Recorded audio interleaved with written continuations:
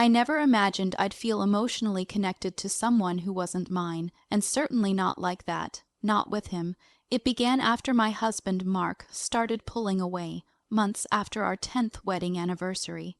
He was buried in work, distant in bed, and emotionally unavailable.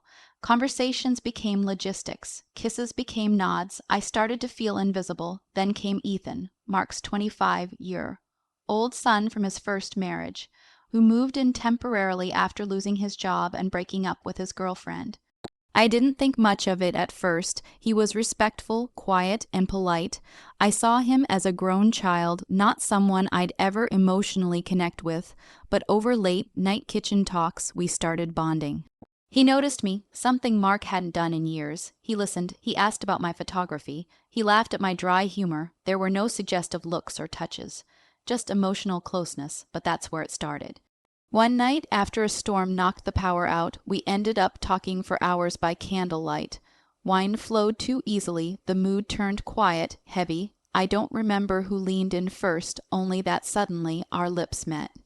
It felt like a dam bursting, years of neglect flooding out in one desperate, stupid moment. We pulled away, shocked, breathless, silent. We didn't speak about it for days. We didn't tell Mark. We didn't even look each other in the eye. But the tension grew unbearable, and a week later it happened again, in my bedroom, while Mark was away on a business trip. It wasn't lust, it was need, pain, a dark comfort neither of us had the maturity to resist.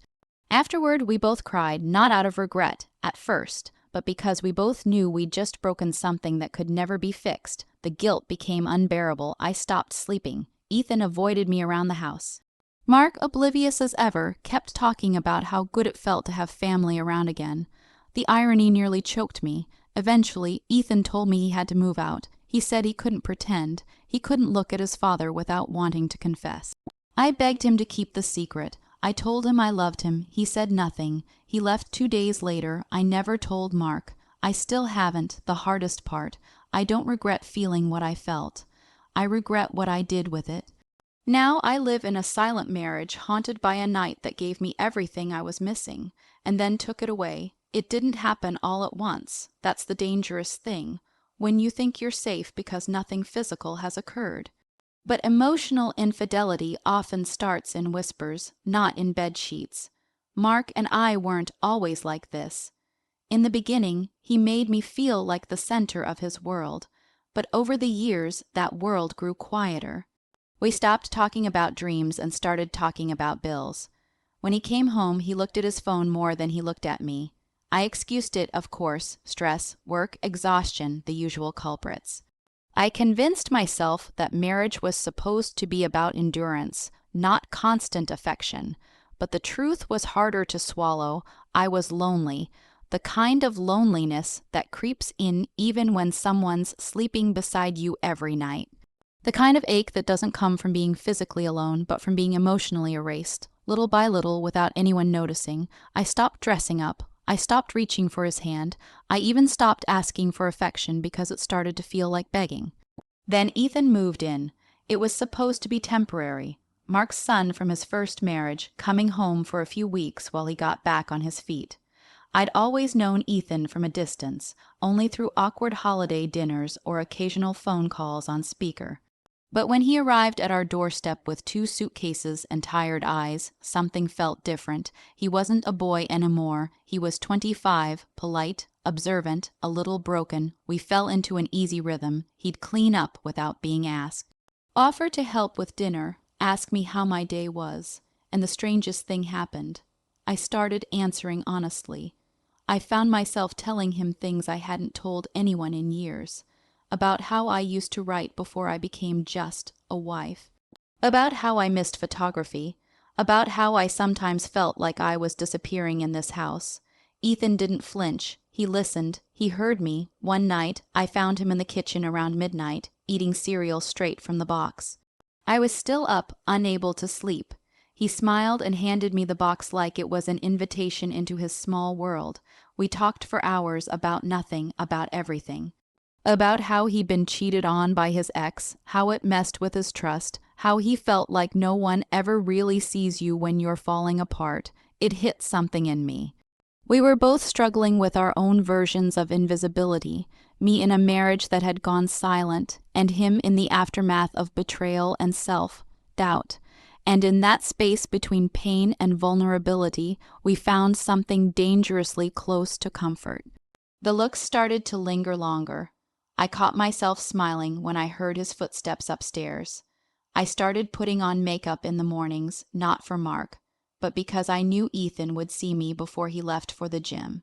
It wasn't a plan, there was no seduction, just small moments strung together by emotional hunger. I knew it was wrong to feel the way I did, but I also knew that I hadn't felt wanted in years, not even just sexually, but as a woman with a mind, with ideas, with a voice. Ethan gave that back to me, even unintentionally. One night, I laughed too hard at something he said, and he just looked at me, longer than he should have. That look, that pause. It broke the illusion that we were just family, just roommates under one roof. That was the moment the boundary began to blur, and still nothing happened, not physically, but the way I started thinking about him. That was the real affair. I found myself imagining what he thought of me. Whether he'd noticed my perfume, whether he ever replayed our conversations, I hated myself for it, but I couldn't stop. It was like a slow leak. Something inside me had already burst open long before a single kiss was ever exchanged. And when it finally did happen, when the flood finally came, I realized the damage had already been done in 1,000 quiet ways before that night ever arrived, and that night changed everything. It was a Wednesday night when the power went out. Rain battered the windows, thunder cracked like gunfire, and the house fell into a deep, unnatural silence. Mark was away on a work trip, his third one in 2 months, and I remember thinking how quiet everything felt without the usual hum of electronics or the forced small talk over dinner. I lit candles in the kitchen and sat at the table, sipping red wine from the bottle I'd opened alone. I didn't expect Ethan to come downstairs, but he did, shirtless, hair messy from sleep. He looked younger somehow, vulnerable. He made a joke about the end of the world, and I laughed a little too loud, grateful for company. We sat close, closer than we had any business sitting. Our knees brushed under the table, and neither of us moved away. The conversation meandered the way it always did with him, fluid, honest, unfiltered. He asked if I was happy. No one had asked me that in a long time. I said I didn't know. He didn't press. Eventually, the silence between words grew heavy. I turned to say something, and he was already looking at me, not like a Stepson, not like a boy. There was a charge in the air. Something felt wrong and electric all at once. I opened my mouth to speak, but nothing came out. He kissed me, just for a second, barely there. I pulled away immediately, heart pounding, face flushed with heat and confusion. He whispered, "I'm sorry," like he knew what we'd just set in motion and couldn't take it back. I said no, but I didn't move. My hand stayed on his leg. My breath stayed shallow. I should have gotten up, left the room, called Mark, something. But instead, I sat there frozen between guilt and desire, between the woman I thought I was and the version of me that had long been buried under years of emotional neglect. When I kissed him back, it didn't feel like a decision. It felt like giving in to a storm that had been building in both of us for weeks. We didn't speak as it happened. No declarations, no seduction, just heat, need. Two broken people trying to feel something real, even if it was wrong. Afterwards, we lay on the living room floor, wrapped in a silence that was no longer comfortable. It was loaded, sharp. I reached for his hand and he let me hold it, but neither of us looked at each other. Reality rushed in fast. The guilt came like a second skin, sticky, cold, and impossible to shake.